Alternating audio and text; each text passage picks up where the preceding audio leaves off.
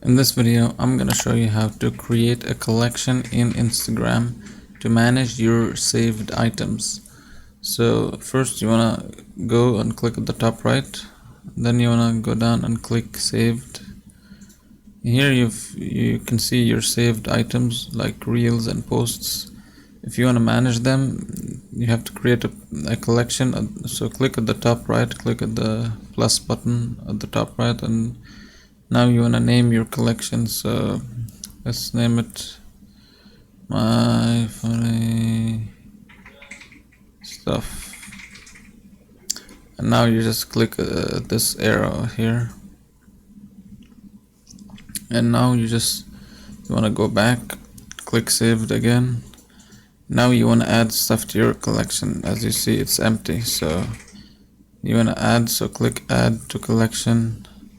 Here you can just choose from the stuff that you have saved, and then click at this check mark. Now if you refresh it, you'll notice that in your collection, if you click on it, you'll notice now you have some saved items. So this is basically how you create and save items into your Instagram collection. So that's it for the video. If you enjoyed this video, please don't forget to leave a like and subscribe.